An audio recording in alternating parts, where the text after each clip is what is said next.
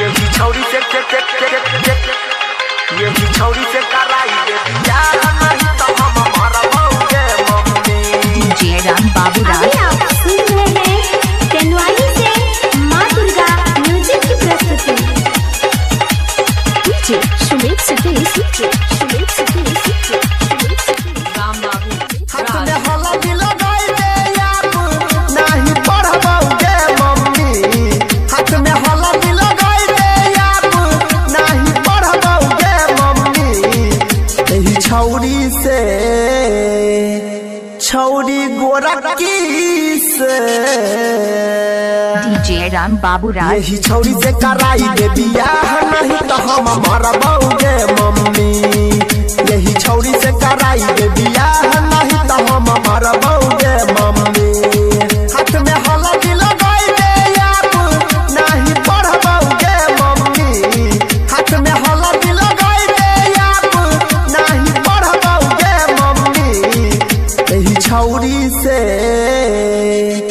छौरी गोरखी से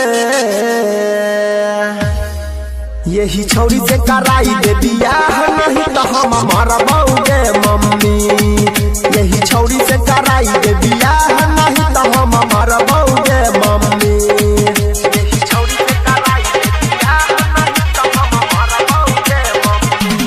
डीजे राम बाबूराज इलाका चाहे किसी का हो धमाका राम बाबूराज का होगा। डीजे राम बाबूराज पापा जी से जाके मम्मी तू गे बतावे ओ करे से शादी करबै जाके समझावे।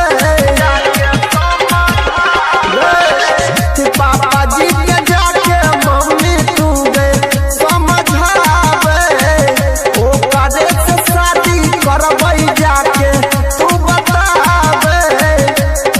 करबै माना के लोटे ओकरा हम भगबौगे मम्मी। करबै माना के लोटे ओकरा हम भगबौगे मम्मी। एही छौरी से छौरी गोरखी से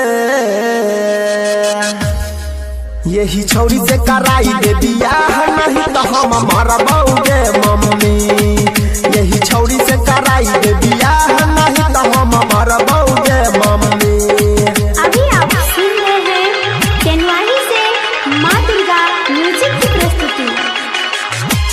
डीजे राम बाबूराज इलाका चाहे किसी का हो धमाका राम बाबूराज का होगा।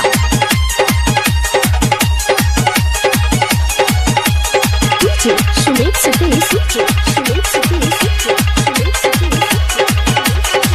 लव करे छियै मम्मी बतिया तू मान ले। अनिल के बियाह कके पुतहु के घरे आन ले। डीजे राम बाबूराज लव करे छियै मम्मी बतिया तू मान ले।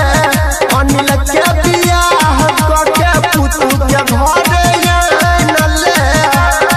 प्रेम रंजन कमलेश देवेंद्र में डरबौगे मम्मी। प्रेम रंजन कमलेश देवेंद्र में डरबौगे मम्मी।